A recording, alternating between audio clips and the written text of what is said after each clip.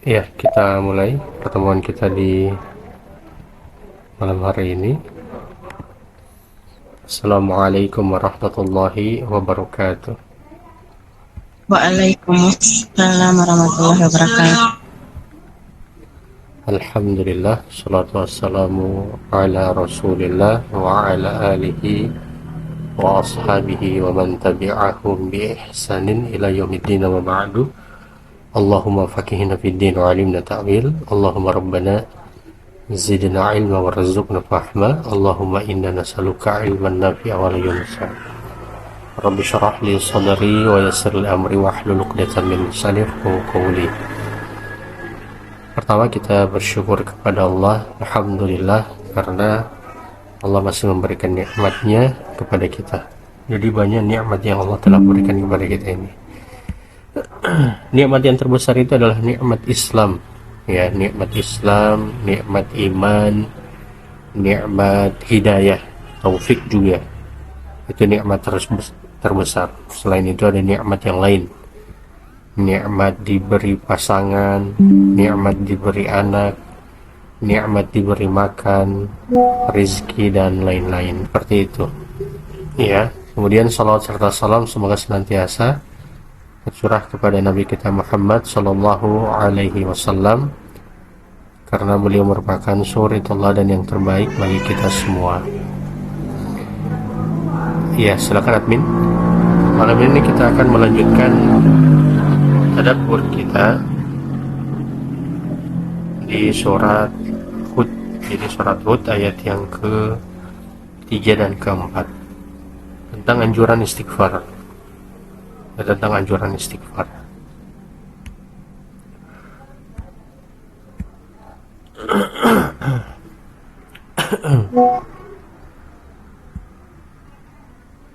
Ya, Allah Subhanahu wa taala berfirman dalam ayat ini, wa anistaghfiru rabbakum thumma tubu ilaihi yumatti'kum mata'an hasanan ila ajalin musamman wa yu'ti kulla dhi fadlin fadlah wa in tawallaw fa inni akhafu alaikum adaba yaumin kabir. Jadi Allah katakan wa anistaghfiru rabbakum, dan mohon ampunlah. Jadi dan mohon ampunlah kepada Tuhanmu. Mohon ampunlah kepada Tuhanmu.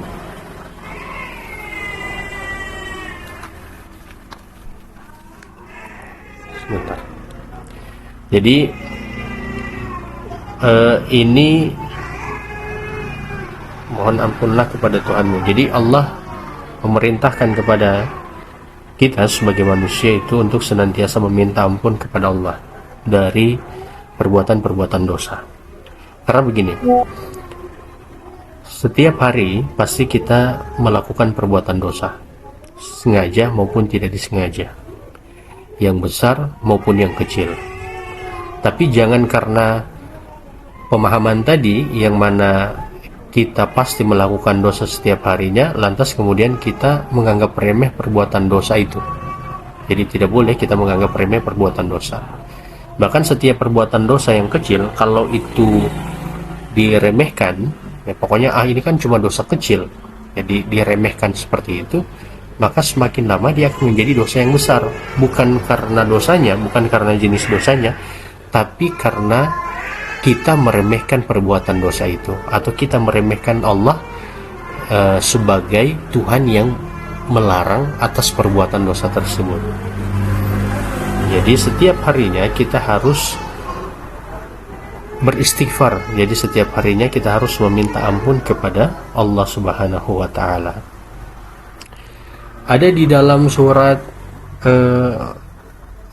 ada sebuah hadis dulu. Lalu kemudian kita akan lihat ada surat di surat Al-Mu'minun, itu berkaitan dengan hadis ini juga. Rasulullah bersabda begini, apabila seorang mukmin berbuat dosa, maka akan ada titik hitam di dalam hatinya. Jika dia bertobat meninggalkannya serta meminta ampun, maka hatinya akan kembali putih. Namun jika dia menambah dosanya, maka akan bertambah titik hitam dan titik hitam itu kalau sudah banyak itu akan menutupi hatinya. Dan ini disebutkan di dalam surat Al-Mutaffifin. Sekali-kali tidak demikian, sebenarnya apa yang selalu mereka usahakan itu atau apa yang selalu mereka lakukan itu menutupi hati mereka. Jadi menutupi hati mereka. Ada yang menarik dengan perbuatan dosa ini. Ya, ada yang menarik dengan perbuatan dosa. Coba lihat admin surat Al-Mu'minun ayat yang ke-70, ayat 70-an.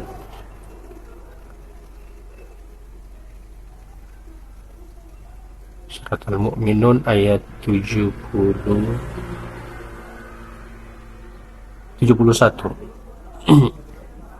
Jadi ayat 71.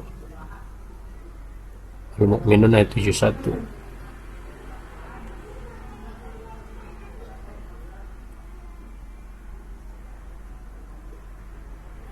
Suratnya surat, kalau Al-Mu'minun itu dia surat ke ini. Tunggu saya lihat ya. Surat ke-23. Surat ke-23 dia. Ayat 71.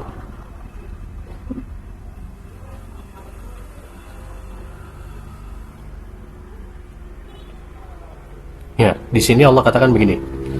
Walawittaba'al haqqu ahwa'ahum lafasadatis samawatu wal ardu wa man fihinna. Seandainya kebenaran itu mengikuti keinginan mereka, hawa nafsu mereka, niscaya binasalah langit dan bumi serta semua yang ada di dalamnya. Jadi kata Allah begini, kalau kita mengambil pemahamannya begini berdasarkan dengan ayat ini. Jadi syariat yang Allah tetapkan di dalam ayat Al-Quran itu menjamin keselamatan bagi kita semua. Jadi bukan hanya manusia tapi bagi semuanya, bagi langit maupun bumi. Makanya kemudian kata Allah dalam ayat ini, kalau sekiranya kebenaran itu atau perbuatan dosa, kemaksiatan itu dianggap bagian daripada kebenaran, jadi dianggap bagian daripada kebenaran, maka akan terjadi kerusakan di langit maupun di bumi. Kalau saya mengibaratkan seperti itu. Kalau saya mengibaratkan kayak di perempatan itu atau perempatan lah kebanyakan kayak di kota Gorontalo itu kan ada lampu merahnya kan.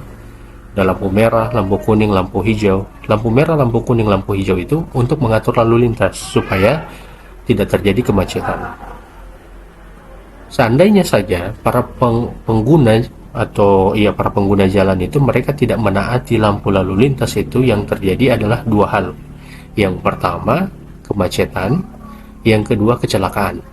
Jadi akan terjadi kemacetan yang parah karena para penggunanya tidak mau mengikuti aturan lampu lalu lintas itu. Yang kedua, akan terjadi juga kecelakaan. Maka dalam perspektif agama pun seperti itu. Apabila manusia tidak mau mengikuti aturan yang ada di dalam Al-Quran maupun hadis, maka akan merugikan dirinya dan juga akan merugikan orang lain. Orang lain di sini bisa orang lain, manusia yang lain, bisa juga alam ini. Ya, kalau dia lebih luas bisa juga alam ini. Misalnya satu perbuatan dosa kayak minum khamar itu merugikan pelakunya. Jadi khamar itu merugikan pelakunya sendiri. Zina juga merugikan pelakunya. Kemudian yang berikut, yang ketiga, apalagi? Pokoknya mencuri itu juga merugikan pelakunya. Penyuka sesama jenis juga merugikan pelakunya sendiri. Selain dia merugikan dirinya, maka dia juga bisa merugikan orang lain. Jadi dia bisa merugikan orang lain. Mana bukti merugikan orang lain? Kalau di beberapa kejadian, kalau ada peminum, itu biasanya kan mereka membuat onar. Kalau sudah membuat onar, maka pihak lain pun dirugikan oleh mereka. Selain itu juga, setiap perbuatan dosa itu dia berantai. Ini pernah saya singgung juga. Setiap perbuatan dosa itu dia berantai. Dari satu perbuatan dosa, dia akan mengundang perbuatan dosa yang lain. Misalnya zina. zina itu akan mengundang perbuatan dosa pembunuhan. Bukan hanya dibunuh pasangan, kan kalau diberitakan seringkali kita mendengar ada orang yang menjalin asmara yang tidak sah, kemudian tidak lama dari itu, atau mungkin lamalah 1-2 tahun mereka menjalin asmara, tiba-tiba satu pihak itu menumpahkan darah pihak yang lain, kan biasanya begitu. Kalau mereka tidak menumpahkan darah, biasanya menumpahkan darah pasangannya, yang ditumpahkan darah itu adalah anak yang dihasilkan dari asmara yang haram itu. Kasus aborsi di kalangan mahasiswa itu banyak, cuman mereka tidak terkuak, tidak terungkap. Begitu. Itu kan jenis pembunuhan. Jadi dari zina kemudian berantai dia pada kasus-kasus seperti itu, kasus pembunuhan atau kasus penumpahan darah dengan aborsi itu. Dan setiap perbuatan dosa, nikmatnya itu semu atau palsu. Ya, jadi setiap perbuatan dosa itu nikmatnya itu semu atau palsu. Misalnya orang yang berzina, orang yang memadu cinta yang tidak memadu cinta yang tidak halal.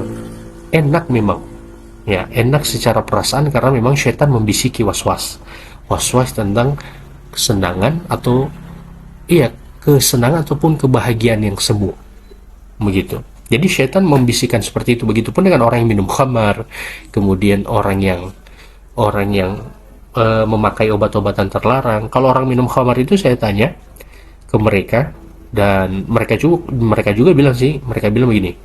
Mereka itu kalau minum khamar, saya tanyakan apa ada penyesalan ketika mereka minum khamar? Maka mereka mengatakan mereka ada penyesalannya ketika melakukan perbuatan dosa itu, minum khamar itu. Dan mereka itu berazam untuk tidak mau lagi melakukan itu, tapi karena kelemahan iman mereka,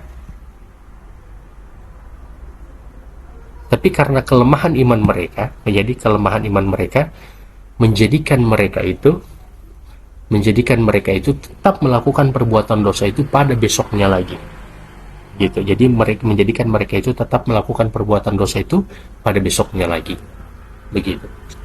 Jadi kembali lagi, perbuatan dosa itu jenisnya apapun itu, dia hanya mengundang kebahagiaan yang semu, ya, kebahagiaan yang semu. Kalau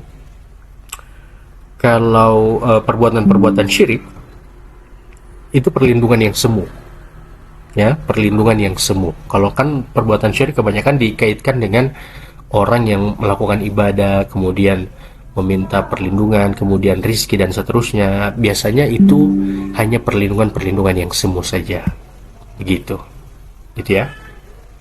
Dan begini, perbuatan dosa menjadikan seseorang itu tidak akan lagi menikmati yang namanya ibadah.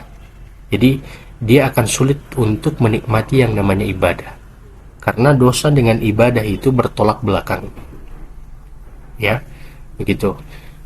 Semakin condong kita pada ibadah, maka akan semakin peka kita terhadap perbuatan dosa. Jadi semakin kita condong pada kebaikan, ya, pada amal, pokoknya hidayah yang begitu gitu ya, yang kebenaran lah, pokoknya semakin condong kita kepada kebenaran, kebaikan, maka akan semakin peka kita terhadap perbuatan dosa. Tapi sebaliknya, semakin condong kita pada perbuatan dosa, ya, maka akan semakin hambar amal soleh yang dilakukan, ya, akan semakin hambar amal soleh yang dilakukan. Makanya ada di surat apa itu, surat At-Taubah kalau tidak salah ya, surat At-Taubah itu ada orang yang ingin berperang tapi mereka tidak memiliki kan Nabi di waktu itu memerintahkan mereka untuk berperang, dan mereka harus pergi ke Tabuk. Jadi Tabuk itu perjalanannya itu kurang lebih kayak dari sini ke Manado, ya, dari sini ke Manado, tapi jalan kaki sekitar 400 kilo lah, kurang lebih ya, 400 kilo, iya. Jadi dari sini ke Manado itu jalan kaki. Cuman karena ini perjalanan perangnya lokasi perangnya cukup jauh, mereka harus memiliki bekal perang masing-masing. Jadi kalau orang punya kuda ya dia harus bawa kuda, kalau orang punya onta ya dia harus bawa onta. Intinya harus dia punya bekal perang. Kalau tidak punya bekal perang maka dia tidak boleh ikut. Ada beberapa orang, para sahabat itu, kemudian mereka datang kepada Nabi menyatakan bahwa mereka ingin ikut perang. Sayangnya mereka ini adalah orang-orang miskin, ahlus sufa, yang tinggal di masjid, yang tidurnya itu tidur di masjid. Maka Nabi mengatakan Nabi tidak mampu untuk juga memberi bantuan, karena juga Nabi dalam keadaan tidak memiliki apa-apa, sedangkan ini dibutuhkan bekal perang. Apa yang terjadi? Ternyata mereka itu menangis. Jadi mereka itu menangis. Ya, ini jihad ya. Maksudnya adalah ini ibadah yang taruhannya adalah taruhan nyawa. Dan ini menjadi contoh orang yang hatinya itu condong pada perbuatan baik, sehingga dia menikmati amal soleh itu. Ya, amal soleh. Orang-orang seperti ini akan sangat peka dengan perbuatan dosa. Kalau di zaman kita sekarang, kalau di masa kita hari ini, ketika ada orang yang tertinggal dari amal soleh, misalnya sholatnya itu sudah tertinggal, dia sudah mulai kayak was-was, dia sudah mulai kayak khawatir. Jangan sampai dia tidak mampu untuk melakukan ibadah ini. Begitu. Jadi kalau ada orang yang sengaja memolorkan waktu sholatnya, sedangkan dia tidak memiliki aktivitas apapun ya, karena ini kan perempuan semua di sini. Kalau laki-laki kan memang sangat dianjurkan untuk sholatnya di masjid, tapi kalau perempuan di rumah mungkin ada kesibukan, tapi kesibukan yang memang memiliki arti, memiliki makna. Artinya dia mungkin lagi memasak, setelah memasak mungkin dia akan melaksanakan sholat. Oke, itu tidak masalah udurnya, tapi ada para perempuan yang sengaja untuk memolorkan waktu sholatnya, menunda-nunda waktu sholatnya. Nah, menunda waktu sholat itu menjadi bukti bahwa kepekaannya terhadap perbuatan dosa itu sangat rendah. Ya, kepekaan terhadap perbuatan dosa itu sangat rendah. Gitu. Oke, jadi kalau dikaitkan dengan hadis yang tadi, setiap perbuatan dosa itu akan menimbulkan tanda hitam di dalam hati seseorang.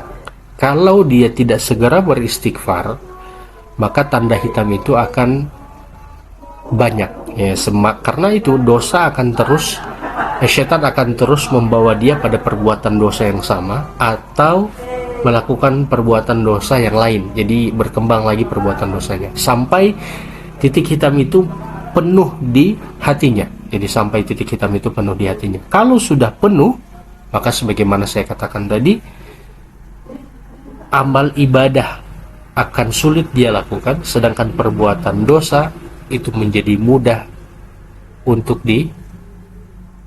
dia lakukan setiap harinya. Baik, kembali ke yang tadi. Artinya ayat surat Hud ayat ketiga.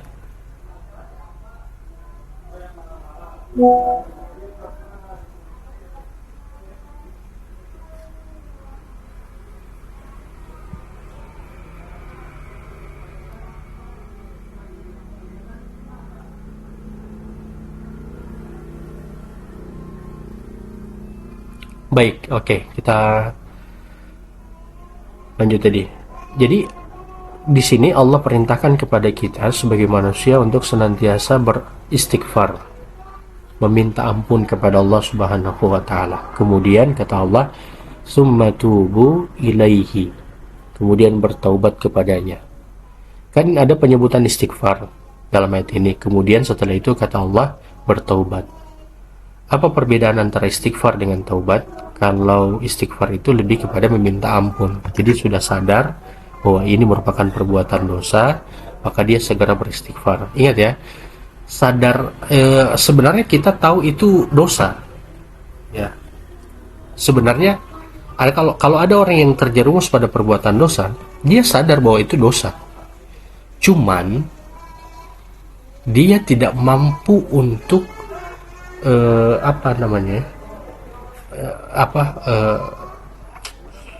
berbalik arah, ya. Berbalik arah itu dia tidak mampu karena dia dibisiki oleh setan akan ini, akan kesenangan yang semu itu.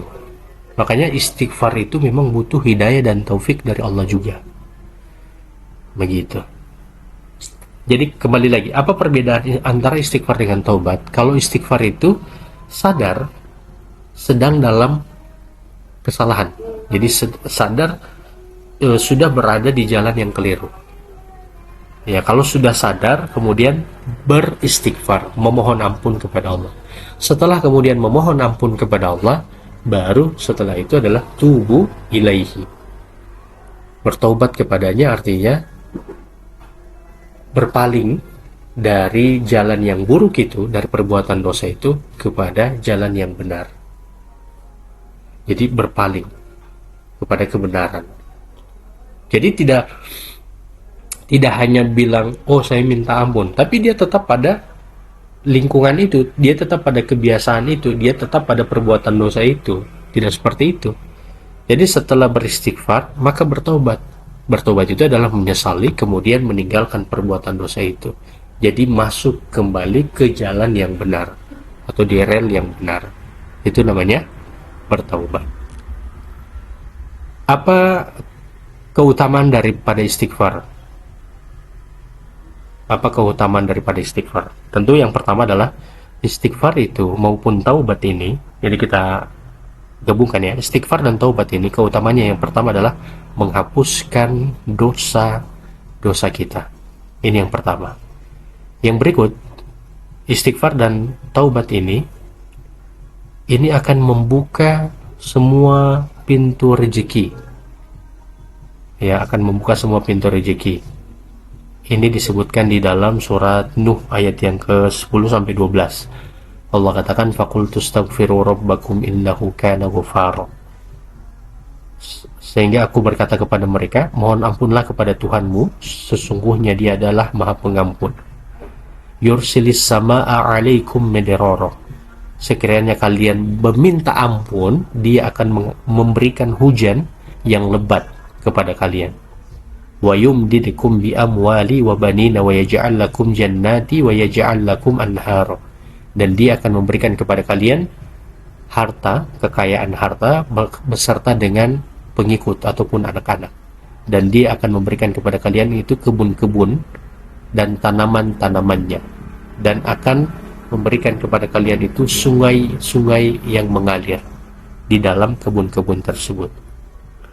Jadi tadi yang pertama, istighfar itu bisa menghapus dosa-dosa kita. Yang kedua adalah memberikan kemudahan rezeki untuk kita.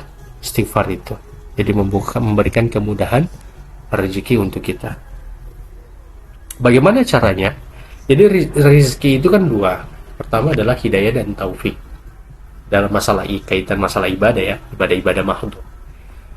Jadi ketika kita beristighfar, kepekaan kita terhadap ibadah itu mulai muncul lagi. Jadi kepekaan kita terhadap ibadah itu mulai muncul lagi. Dan juga mulai pekat terhadap dosa. Pokoknya pekat terhadap ibadah, kita tahu bahwa ini adalah hal yang baik dan kita mulai akan merasakan kenikmatan daripada ibadah itu. Dan juga kita akan mulai pekat dengan perbuatan dosa. Kita tahu itu adalah perbuatan buruk dan itu adalah sesuatu yang bisa membinasakan kita. Begitu, sesuatu yang bisa membinasakan kita. Oh, ada yang saya tambahkan juga tadi berkaitan dengan masalah dosa. Kapan pelaku dosa sadar bahwa dosa itu buruk akibatnya, ya, dia sadar bahwa dosa itu buruk akibatnya apabila dua, ketahuan, yang kedua kebablasan. Ya, yang pertama ketahuan, yang kedua adalah kebablasan. Misalnya ada orang yang melakukan perbuatan dosa, kemudian ketahuan, ya kayak korupsi lah, ketahuan. Dari ketahuan itu disadari oleh pelakunya bahwa perbuatan ini buruk. Sebelum ketahuan, mereka menikmati perbuatan dosa itu. Begitu. Yang kedua adalah kebablasan. Kebablasan misalnya orang-orang yang minum obat-obatan terlarang, misalnya seperti itu. Kalau misalnya orang-orang yang minum obat-obatan terlarang kemudian sampai overdosis, Akibatnya apa? Akibatnya misalnya meninggal misalnya. Ya, misalnya meninggal karena overdosis itu. Di situ kebablasan. Jadi sadarnya itu nanti sudah seperti itu. Nanti sudah berbusa mulutnya atau keluar apa dari hidungnya, di situ dia baru sadar, oh ternyata ini salah, gitu ya. Jadi dosa itu baru disadari dia salah, biasanya oleh pelakunya yang tidak mau beristighfar, tidak mau bertobat, tidak mau dengan yang pertama ketahuan, yang kedua kebablasan. Jadi sebelum ketahuan dan kebablasan, maka segeralah beristighfar dan bertobat kepada Allah dari perbuatan dosa yang kita lakukan. Oke, berikut lagi. Apa manfaat istighfar? Tadi kan saya bilang terkait masalah hidayah dengan taufik. Yang ketiga adalah manfaat istighfar adalah memudahkan rizki untuk kita. Orang kalau sudah meninggalkan perbuatan dosa akan menjadikan dia lebih jernih pikirannya, akan menjadikan dia lebih fokus pikirannya. Jadi akan menjadikan dia lebih fokus pikirannya. Mohon maaf ini kan di sini kan perempuan semua. Laki-laki itu memiliki penyakit hati. Dan ini yang Nabi sebutkan. Yang mana penyakit hati ini kalau diberi makan bakal mempengaruhi pikiran dan hati laki-laki tersebut. Apa makanan dari penyakit hati itu adalah menonton, mohon maaf ya, konten-konten yang porno, ya. Kalau ada laki-laki yang biasa menonton yang seperti itu, maka dia memberi makan pikiran dan hatinya. Jadi pengaruhnya di situ. Nah, dari hal-hal yang seperti itu menjadikan dia tidak fokus bekerja, dia tidak fresh pikirannya, pokoknya tidak mampu untuk membuat karya-karya. Yes, jadi setiap perbuatan dosa itu memberikan atau menekan kayak apa ya bahasanya, kayak mengekang lah ya. Jadi mengekang pelakunya. Kalau kita beristighfar dan kemudian kita bertobat kepada Allah, maka kekangan itu akan keluar. Kalau kekangan itu keluar, maka pikiran kita bisa fresh, hati kita bisa lebih tenang, lebih terbuka dan seterusnya. Maka akan banyak hal yang akan mudah kita lakukan. Ya, akan mudah kita lakukan, kita bisa bereksplorasi, kita bisa berkarya dan seterusnya. Begitu. Oke, seperti itu. Dan mungkin nanti akan disadari perlahan-lahan atau masing-masing apa manfaat dari istighfar itu. Cuman kembali lagi, karena Allah katakan tadi di dalam surat Al-Mu'minun, la fasadatis samawati wal ard. Ingatlah, setiap perbuatan dosa itu pasti merugikan pelakunya. Merugikan secara pribadinya, secara pribadi mungkin bisa namanya, bisa kehormatannya, bisa keluarganya, akan merugikan diri sendiri. Begitu.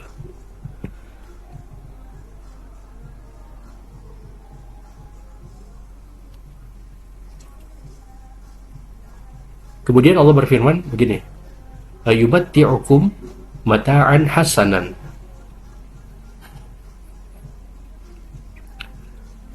Niscaya dia akan memberi kesenangan yang baik kepadamu di dunia. Nah, ini kata Allah seperti ini. Jadi kesenangan yang baik di dunia ini yang saya sebutkan tadi. Jadi kalau kita beristighfar, kemudian kita kembali kepada Allah, yaitu dengan bertobat, Allah akan membuat kita itu bahagia di dunia ini. Jadi kebahagiaannya bukan hanya di akhirat, tapi kebahagiaannya itu di dunia. Ingat ya, setiap orang yang melakukan perbuatan dosa ada was-was. Ya, ada was-was, ada pokoknya hatinya tidak enak, pikirannya kacau. Itu orang-orang yang melakukan perbuatan dosa. Na'udzubillah, kalau kita terjatuh pada perbuatan dosa,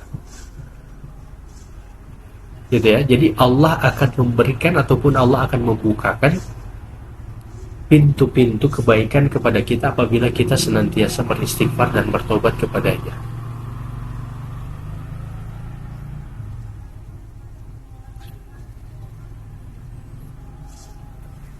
Cuman begitu, ada orang yang tidak mau untuk bertobat karena dibisiki oleh setan. Dibisiki oleh setan supaya dia jangan sampai kehilangan sesuatu yang sebenarnya itu adalah sesuatu yang sangat fana untuk dirinya. begitu ya. Nanti itu dirasa masing-masing. Oke, berikut lagi Allah katakan ila ajalim musamma, sampai waktu yang telah ditentukan, yaitu kematian. Ya, jadi istighfar dan taubat itu akan menjadikan pelakunya itu lebih bahagia hidupnya, dan kehidupan yang dia dialami, yang dia rasakan semasa di dunia ini akan berhenti sampai kematian itu datang.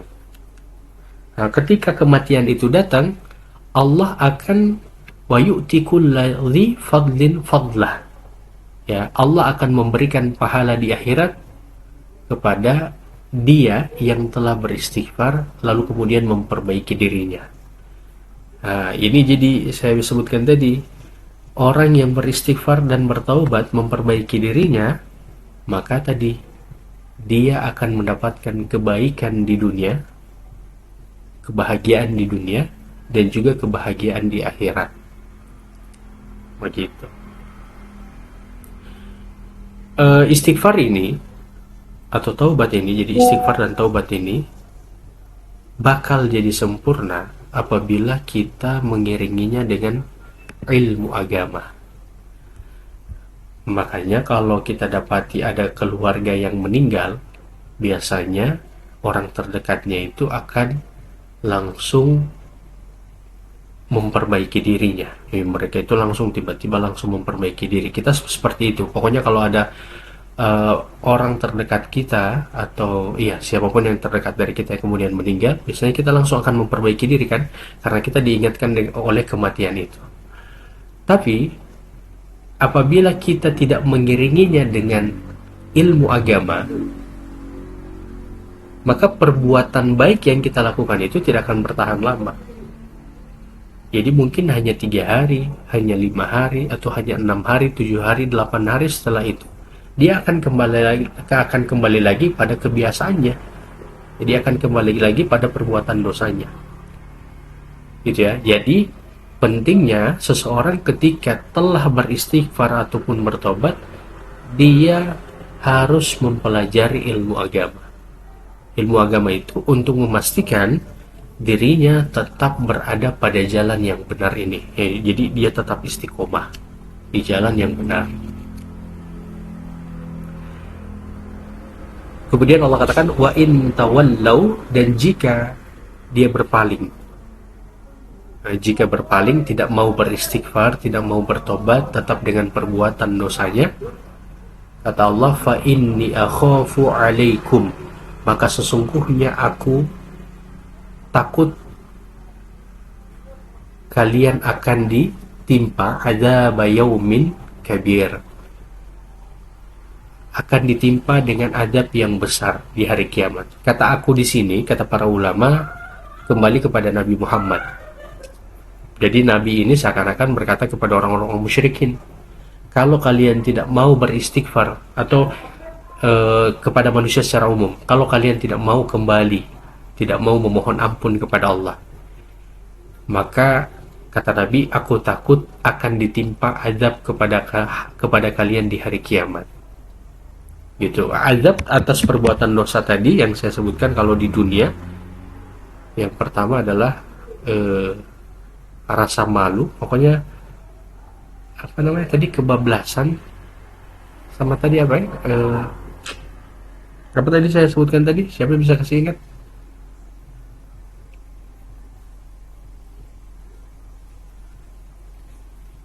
Ada yang ingat tadi?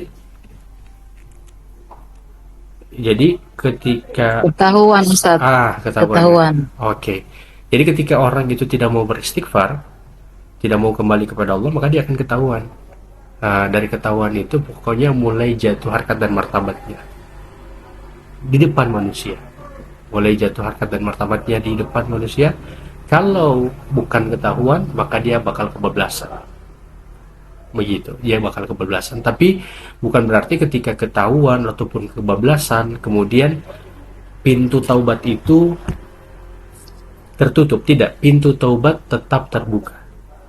Jadi pintu taubat itu tetap terbuka sekalipun sudah ketahuan ataupun kebablasan. pintu taubat Allah itu tetap terbuka. Dan bagi setiap orang yang sudah tahu aib seseorang dan orang itu ternyata telah bertobat, maka tidak boleh membuka aib itu. Ya, tidak boleh membuka aib saudaranya itu kepada orang lain. Begitu. Kemudian Allah katakan tadi kan, Nabi katakan dalam ayat ini juga firman Allah, adzaba yaumin kabir. Selain dia akan mendapatkan akibatnya di dunia, kalau dia tetap tidak mau kembali kepada Allah, dia akan diberikan dengan azab yang sangat besar di hari kiamat. Pokoknya jenis azabnya kita tidak tahu, tapi dia akan disiksa. Begitu. Itu ya, tapi kita kan pelaku dosa nih semuanya. Ingat ya, pintu taubat Allah itu tidak pernah tertutup. Dan bagi kita yang tahu dengan aib saudara kita, tidak boleh kita membuka aib mereka. Dan bagi kita yang tahu dengan aib kita sendiri pun, tidak boleh kita menceritakan aib kita kepada orang lain. Begitu ya. Tidak boleh menceritakan aib kita kepada orang lain. Kemudian Allah katakan ayat yang keempat, ilallahi marji'ukum, kepada Allah lah kembalinya kalian. Jadi kalau di dunia, kalau misalnya ada orang yang melakukan perbuatan dosa, dia bisa pergi ke tempat yang lain. Kayak misalnya dia sudah melakukan perbuatan dosa di satu tempat. Sudah misalnya, na'udzubillah ya, sudah hamil kebablasan ya. Begitu dia mungkin bisa pergi ke tempat lain. Jadi berpindah ke tempat lain. Atau misalnya orang yang melakukan pencurian ataupun korupsi, dia bisa pergi ke tempat yang lain. Ya, bisa lari dari, bahkan bisa lari dari dari hukuman, bisa lari dari sanksi. Dari sanksi di tempat itu. Jadi dia bisa lari. Tapi di akhirat kata Allah, ilallahi marji'ukum. Dia tidak bisa lari kemanapun. Dia tidak bisa lari ke tempat lain kecuali dia hanya akan bisa kembali kepada Allah saja. Jadi semua kita, apapun yang kita lakukan, maka kita akan mempertanggungjawabkan itu semua, dan kita akan mempertanggungjawabkannya di hadapan Allah Subhanahu wa Ta'ala. Semua perbuatan dosa kita. Kapan itu? Mungkin ditambah saja sekarang 50. Kalau sekarang 2026 ditambah 50 berarti sekitar 2076. Kita kan semuanya sudah mati. 2076 semuanya kita ini sudah mati. Bahkan ada yang mati sebelum itu. Katakanlah rata-rata 2076 atau 2070 lah. 2070 semuanya kita sudah mati pasti itu. Mungkin ada yang umur panjang sedikit ya. Dan di waktu itu kita akan mempertanggungjawabkan segala amal perbuatan kita. Tidak ada orang yang bisa menolak untuk dia tidak mati. Saya tidak mau mati. Tidak ada. Dia tetap harus mati. Bahkan pun kalau misalnya dia tetap umur panjang pun, itu hanya akan menyusahkan dirinya dan menyusahkan pihak keluarganya. Karena harus merawat dirinya yang sakit-sakitan, yang sudah tua. Kita akan tetap kembali kepada Allah dan mempertanggungjawabkan setiap perbuatan dosa kita. Kemudian Allah katakan wa huwa ala kulli syai'in qadir, dan dia maha kuasa atas segala sesuatu. Allah maha kuasa untuk menghukumi setiap pelaku kemaksiatan, ya, pelaku kemaksiatan. Allah maha kuasa untuk semua itu. Jadi tidak ada yang mampu untuk menghalangi Allah untuk memberikan balasan buruk kepada pelaku dosa. Ya, tidak ada yang mampu untuk menghalangi Allah untuk itu. Dan Allah mampu untuk melakukan semua itu. Begitu.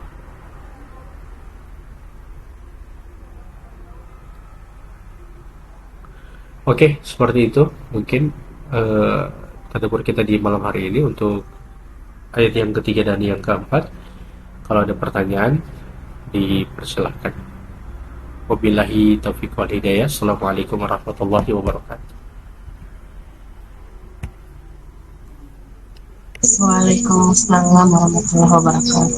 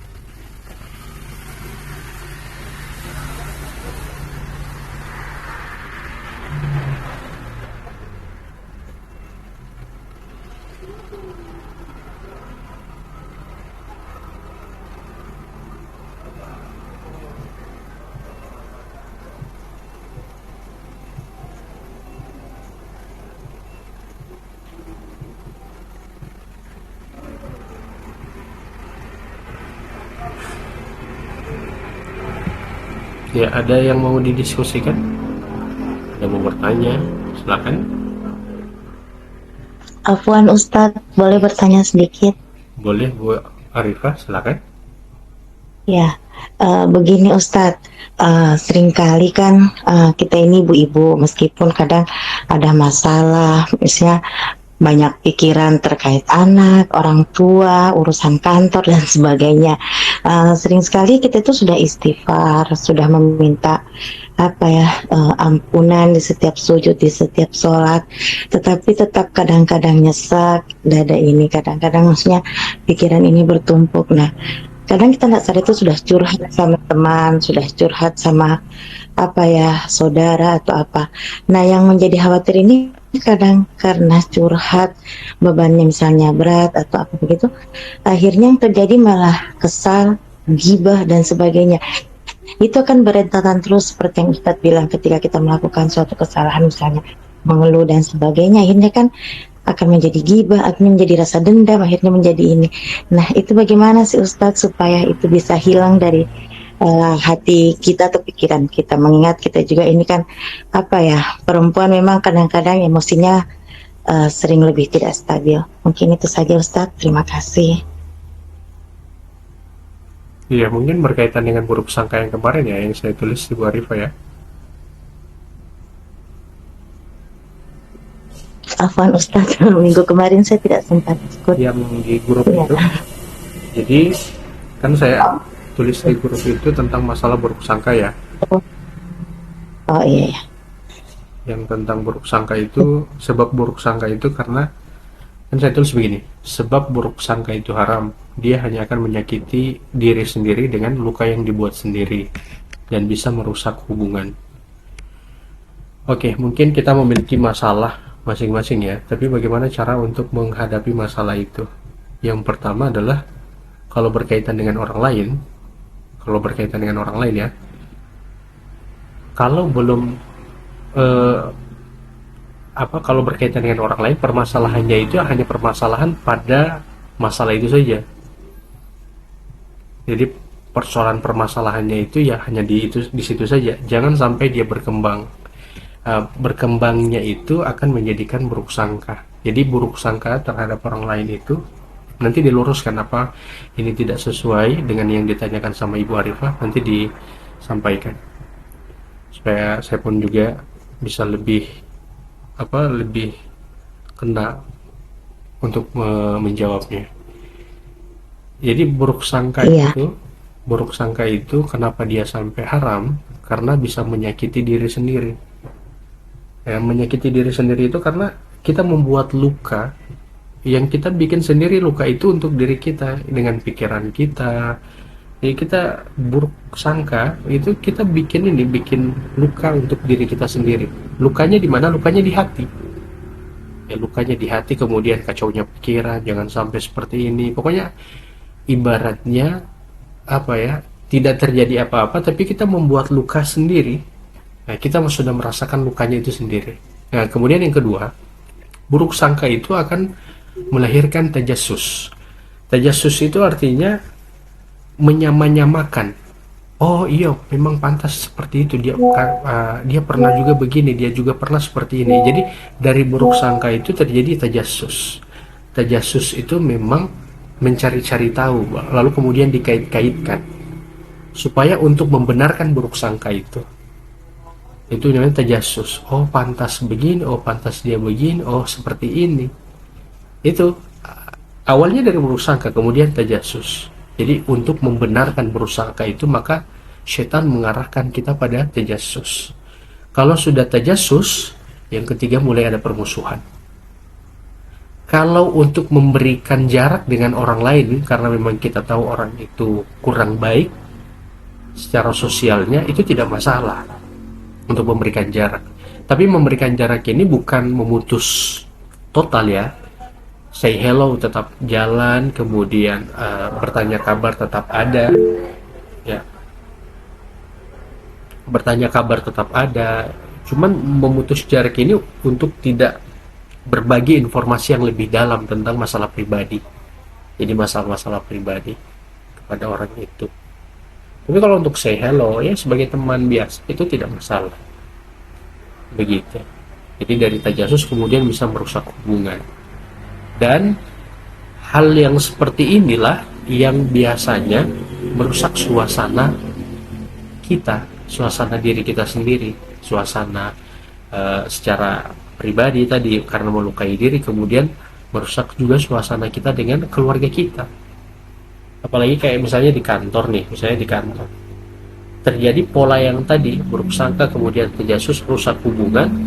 Pola ini akibat dari ini kemudian kita bawa kepada keluarga kita, kita bawa dengan hubungan kita dengan anak-anak kita jadi tidak mesra karena kita kepikiran dengan semua itu. Hubungan kita dengan pasangan kita jadi tidak mesra juga karena kita kepikiran dengan hal-hal seperti itu. Jadi ketika Allah sebenarnya ketika mengharamkan sesuatu untuk menjadikan kita ini damai, hati kita menjadi tenang, hati kita menjadi bahagia, begitu. Makanya dosa itu jangan hanya dilihat dari kayak zina yang hanya perbuatan-perbuatan saja, atau misalnya riba, atau misalnya mencuri, atau misalnya khamar. Jangan hanya dilihat dari perbuatan-perbuatan itu saja, tapi dosa juga ada yang kayak langsung menempel di hati atau bermain di pikiran, kayak tadi buruk sangka, dendam, dan seterusnya. Itu kayak menempel sehingga kita harusnya kita bisa hidup bahagia, kita menjadi tidak bahagia karena kita sendiri yang membuatnya. Jadi kita sendiri yang membuatnya. Kita mengekang diri kita sendiri karena pikiran kita yang membuatnya seperti itu. Nah begitu ya, Allahu a'lam. Jadi setiap perbuatan dosa yang Allah sebutkan dalam ayat Al-Quran itu la fasadat, dia bisa merusak. Ya, jadi ya kayak buruk sangka, ghibah, namimah, dan seterusnya, dia hanya akan merusak diri sendiri. Contoh misalnya kayak lagi kekhawatiran. Kita kan setiap harinya khawatir, jangan sampai begini, jangan sampai seperti ini, jangan sampai nanti pekerjaannya begini. Kekhawatiran itu juga merupakan bagian daripada dosa. Terlalu khawatir, ya itu bisa jadi dosa itu. Makanya kita jadi tidak menikmati hidup. Allah memberikan solusi kita dengan tawakal, menyerahkan urusan kita kepadanya. Jadi kita serahkan urusan kita kepada Allah. Kan ada itu di zikir pagi petang kan. Coba saya lihat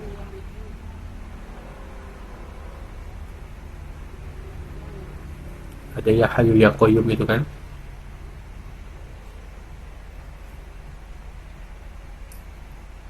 Ini ya hayu ya qayyum bi rahmatika astaghits aslih li sya'ni kullahu wa la takilni ila nafsi tarfata ain. Allah katakan, wahai zat yang maha hidup, wahai zat yang maha berdiri sendiri dan mengurus segala sesuatu, dengan rahmatmu aku memohon pertolongan. Perbaikilah seluruh urusanku dan janganlah engkau serahkan aku kepada diriku sendiri walau hanya sekejap mata. Jadi di doa itu kita kita menyerahkan semua urusan kita kepada Allah. Artinya tawakal. Seringkali kita mengucapkan zikir ini, mungkin bagi yang rutin untuk berzikir pagi dan petang, tapi kita tidak benar-benar melakukannya. Nah, kita tidak benar-benar bertawakal, sehingga hidup kita jadi tidak tenang, tidak nyaman, aut-autan, semeraut lah. Begitu. Seakan-akan kita mampu untuk mengurusi segala sesuatu.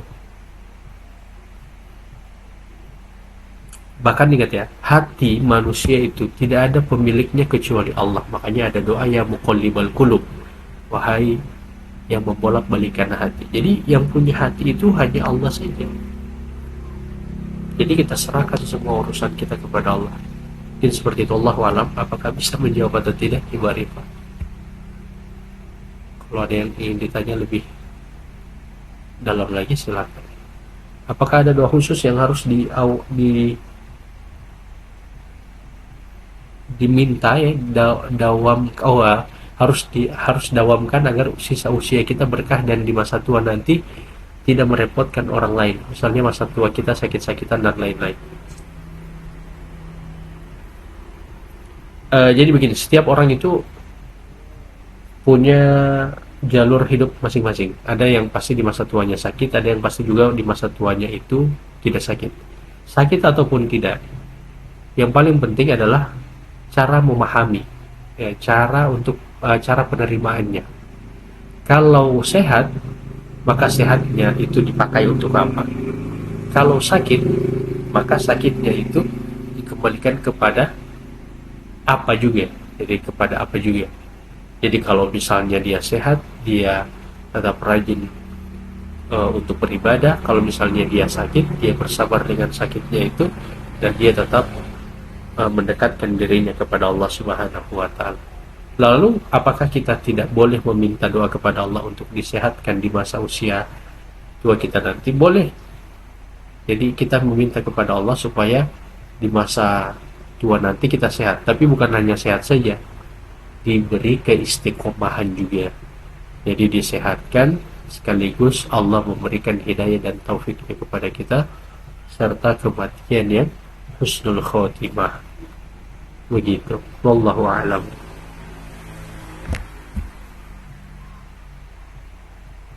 Jadi doanya minta doa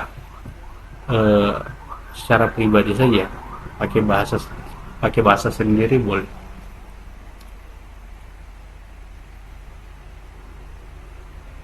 Ada, tapi ada doanya juga itu.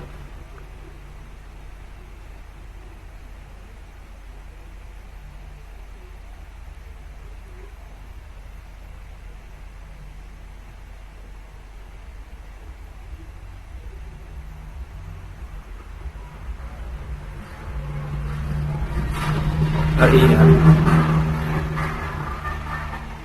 iya betul, ada doanya.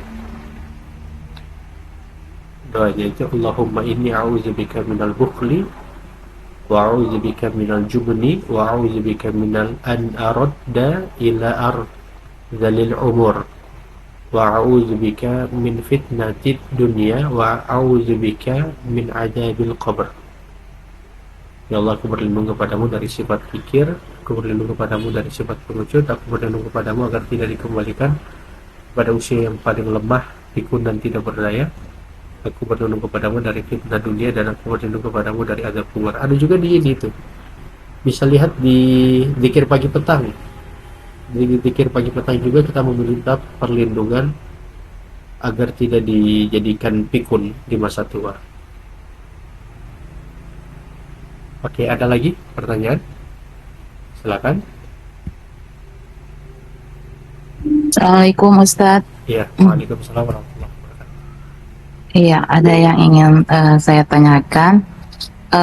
Di manakah, apakah sama pembacaan memohon maaf itu, zikir memohon maaf itu, mohon ampunan itu, misalnya astagfirullahaladzim alladzi la ilaha illallah wal qayyum wa atubu ilaih.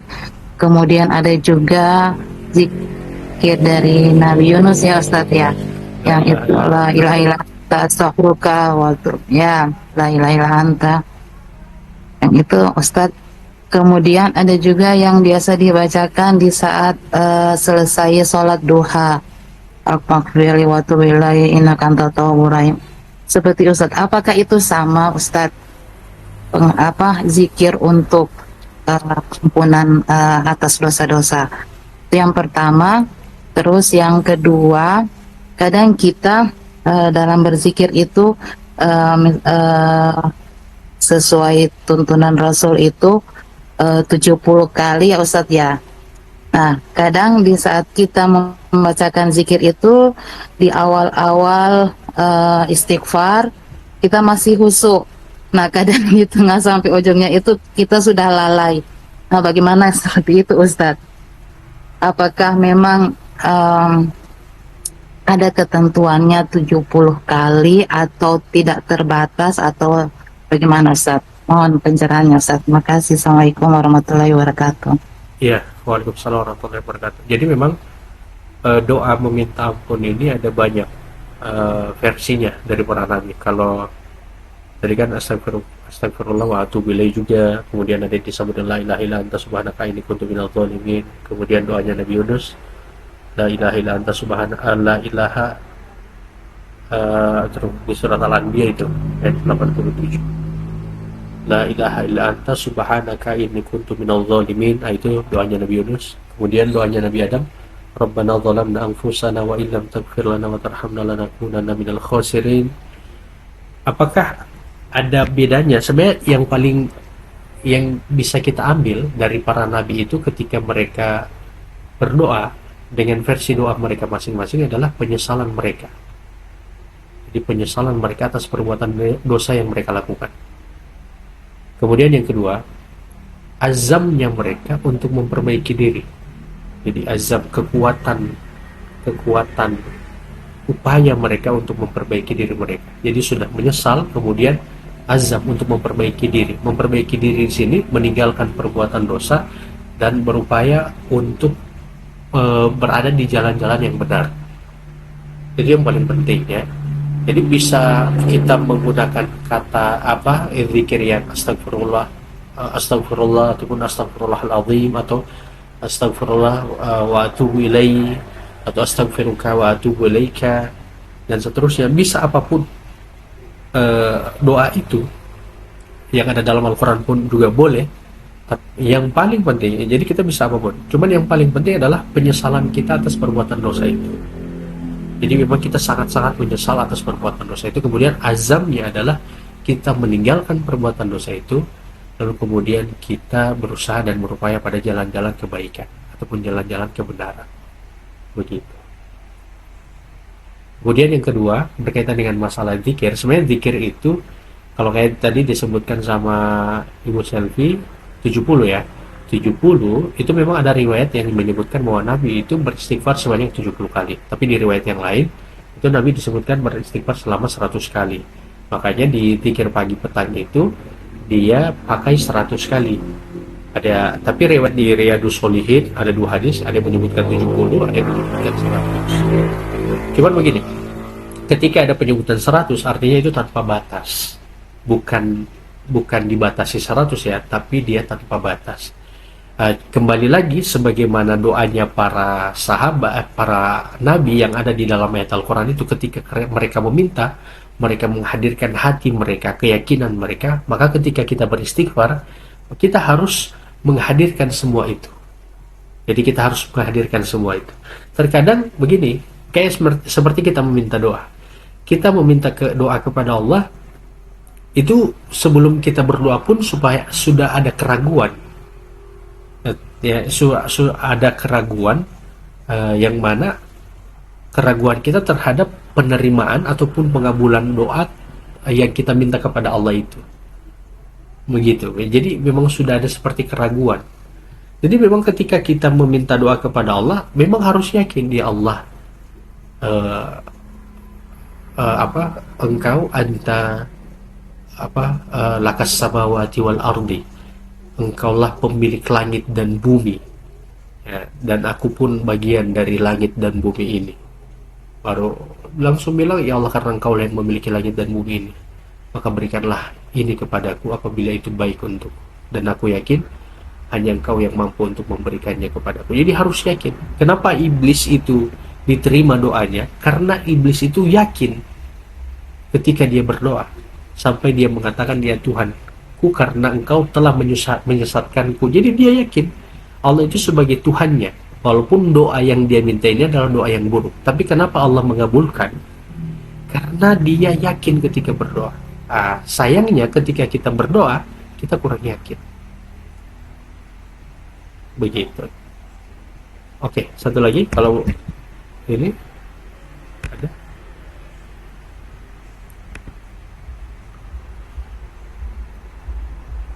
Assalamualaikum Ustadz, izin satu pertanyaan lagi Ustadz. Iya, silakan. Ya, makasih Ustadz. Mungkin ada hubungan pertanyaan yang disampaikan oleh Ibu Selvi tadi Ustadz terkait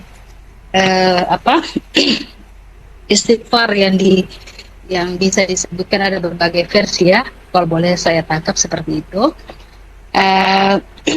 Ada juga bacaan dalam sholat Ustadz, saya pernah baca di salah satu buku ketika kita sujud ada bacaan Subhanakallahumma rabbana bihamdik Allahumma ghafirli. Nah, sebelumnya saya menggunakan doa seperti pada umumnya. Subhanallah wa bihamdi. Bagaimana? Subhana rabbiyal a'la wa bihamdi. Ya, sebelumnya saya menggunakan bacaan tersebut. Tetapi setelah saya membaca salah satu buku itu, saya merubah bacaan tersebut, Ustadz, menjadi Subhanakallahumma rabbana bihamdik Allahumma ghafirli. Nah, pertanyaan saya adalah, apa bisa kita merubah bacaan yang sebelumnya kita sudah rutin membacanya itu, kemudian kita mengganti dengan yang lain, Ustadz? Apakah tidak salah, menyalahi cara tata sholat kita atau gimana, Ustadz? Iya. Oke, jadi kalau dia masih ada dalilnya, itu tidak masalah. Karena begini, bacaan sujud itu ada 4 versi yang berdasarkan dengan dalil. Yang pertama adalah Subhana rabbiyal a'la tanpa wa bihamdi, itu dibaca 1 kali. Kemudian yang berikut, yang kedua adalah Subhana rabbiyal a'la wa bihamdi, itu 1 kali.